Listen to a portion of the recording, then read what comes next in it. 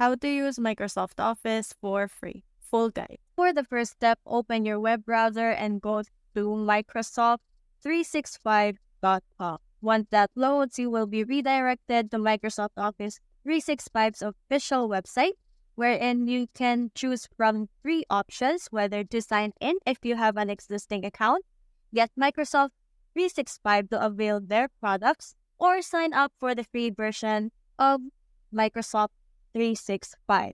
Since this is a free account, we will choose this option.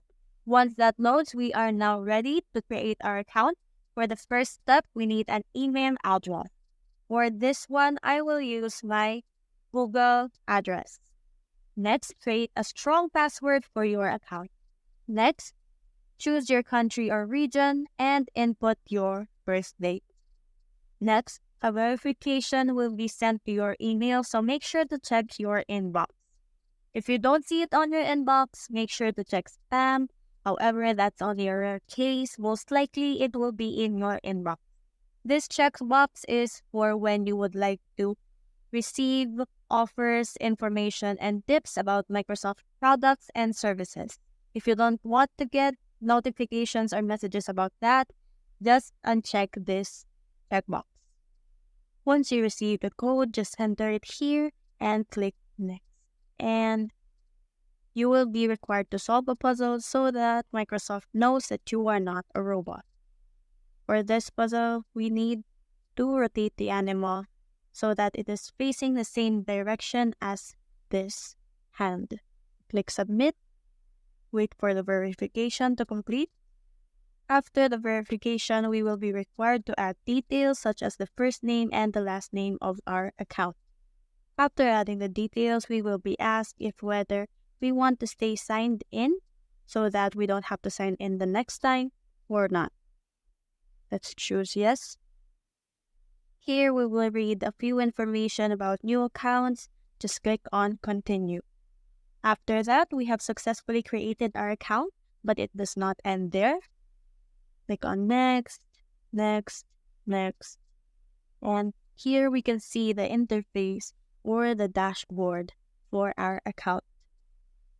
From here, we can see the amount of storage that we are able to use using a free account. So with a free account, we can use up to 5 gigabytes and 1.1 megabyte has been used. On the left side, we can see familiar and famous Microsoft products such as Word, Excel, PowerPoint, Outlook, OneDrive, Teams, and more. Here we can see the different things that we can do with Microsoft 365, such as save files to the cloud, share file, get started with OneDrive, collaborate with other users in real time, grow our business, tips for going viral on social media, stunning designs in Flash. So in the quick access section, we can see the recently opened items, the shared items, and the favorite items.